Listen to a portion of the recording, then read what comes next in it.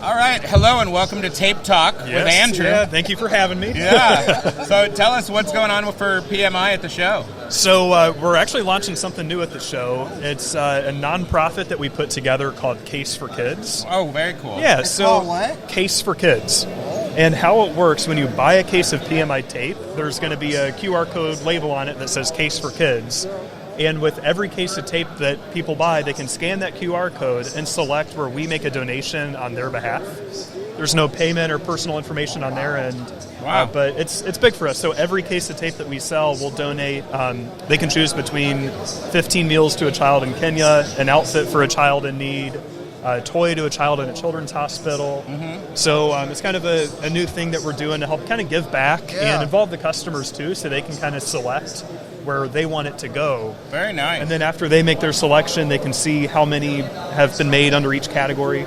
And so we're starting off with those 3. Yeah. Throughout the year, we're going to add more and kind of change it around. And like before Christmas, do causes that go towards kids based around Christmas. Cool. So yeah, it'll be a fun thing that kind of involves everybody. Yeah. And something new.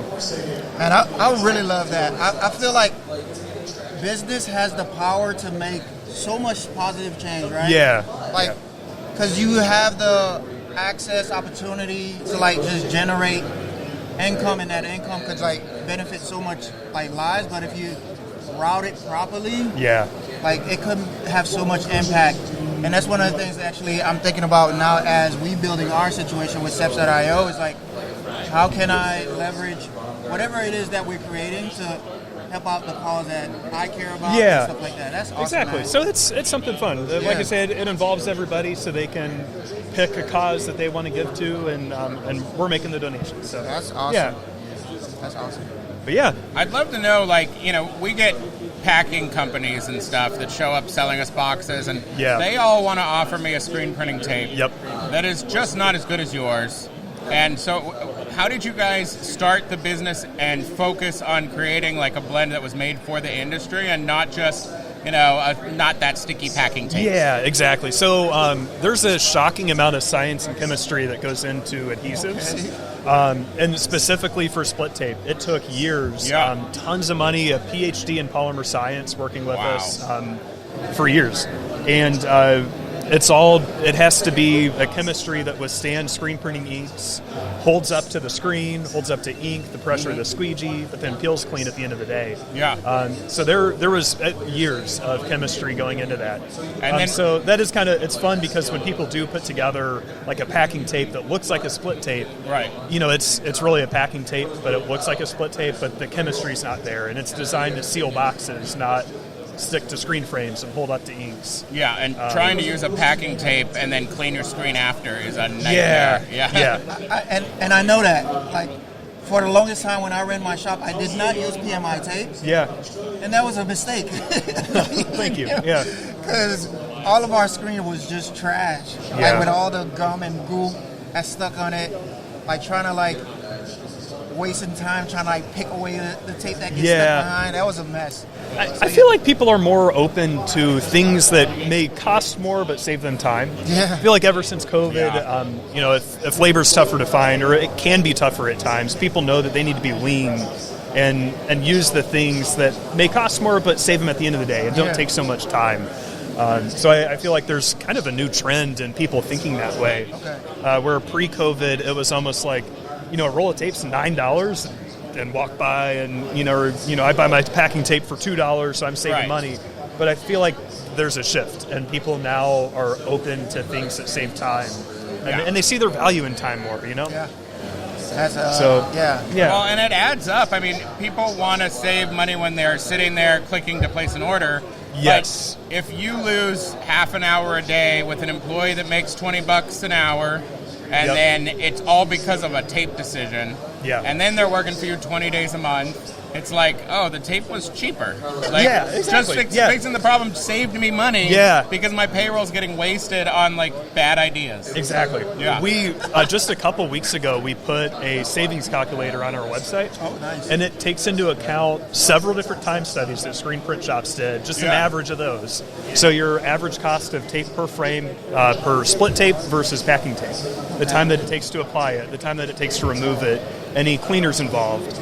And you can plug in on our website how many screens in a day you run, and it'll spit out your average monthly savings by switching to PMI tape. Wow. And it's crazy. You can save a lot of money by paying a little bit more for something, but it just saves so much in time and cleaning chemicals and just that mess in general.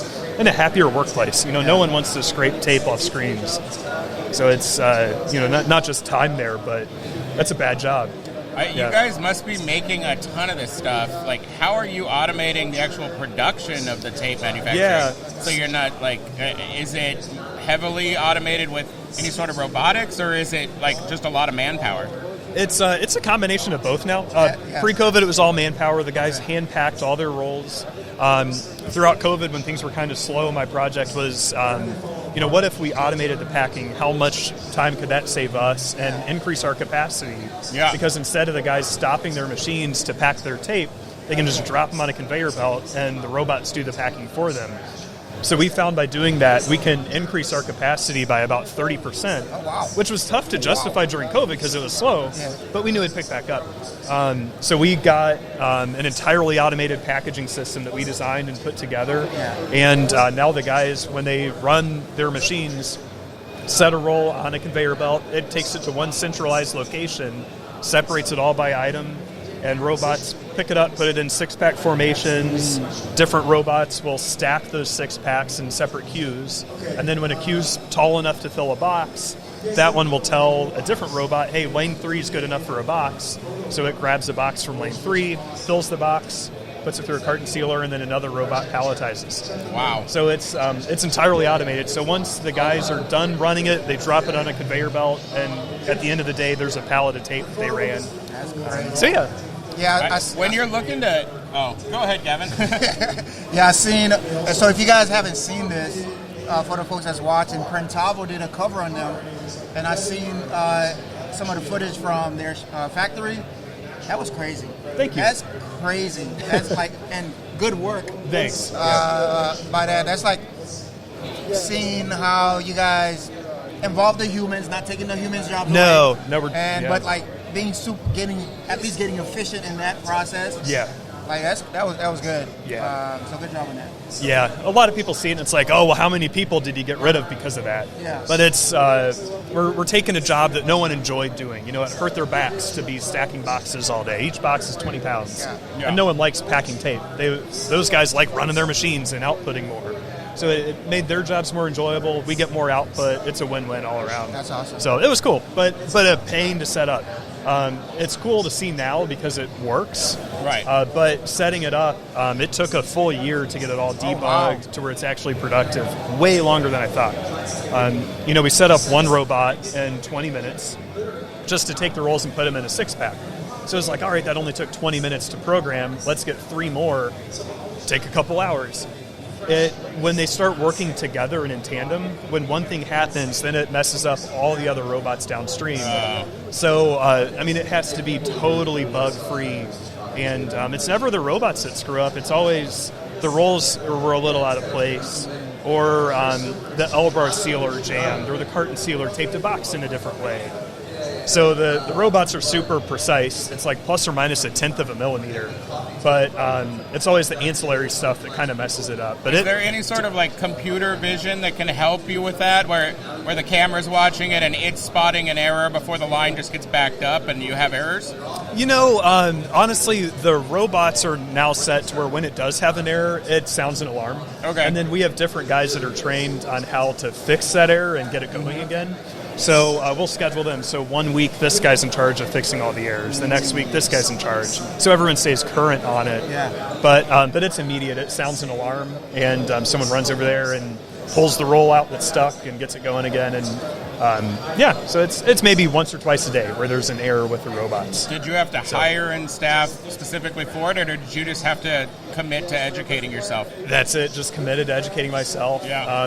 The robots now, they're called cobots. They're super user-friendly. There's a brand, Universal Robots, that's kind of like the Apple of robotic arms. Mm-hmm. So each one has a tablet touchscreen. You can program the robot not by typing in coordinates, but hitting a button, moving the arm to where you want it to go, and saving that position. So they're so easy to program now. But there's still a lot of work getting all the sensors integrated and getting everything set so it's bug-free. Yeah. But no, I just did it, and that's what I like doing, that kind of stuff. Yeah. So it's very cool to see the backsides of businesses, because you always just like in your mind you're like, oh yeah, it just magically shows up at my door. Yeah. To see all the work that goes into the fulfillment of it and the mass production, that's really incredible to build that. Yeah, thank you. Yeah, it's fun. If you guys are ever around Indiana, stop by. I'd love to show you how we make the tape. And, yeah, that sounds fun. We compound our own adhesive. We coat the rolls 5 feet wide. Each roll's 2,000 pounds. And then we've got a slitter to cut those down, then 4 finishing presses to put the non-adhesive areas on it. So it's we make it all in-house. That sounds fun, like a science madhouse. It is, yeah. I love it. So, I mean, being in the tape world, but also doing it inside of America, do you have any issues with trying to hit sustainability goals? Because it is like just really plastic intensive, right? Actually, we are one of the only companies in the U.S. that has a UV coating line. Okay. So typically an adhesive is either solvent-based or water-based. And when they coat it, it's mostly solvent or water. And they send it through an oven that's 100 feet long, and then that evaporates out all the solvent and water. And that's pretty bad for the environment, especially with the solvent-based one. You can only do it in certain states. It's so bad. We're one of, I think, 2 companies in the U.S. that do UV coating. So it's 100% solid. There's no emissions. Wow. It's the most, I would say, environmentally safe way to make tape. Wow, that's very cool. Yeah.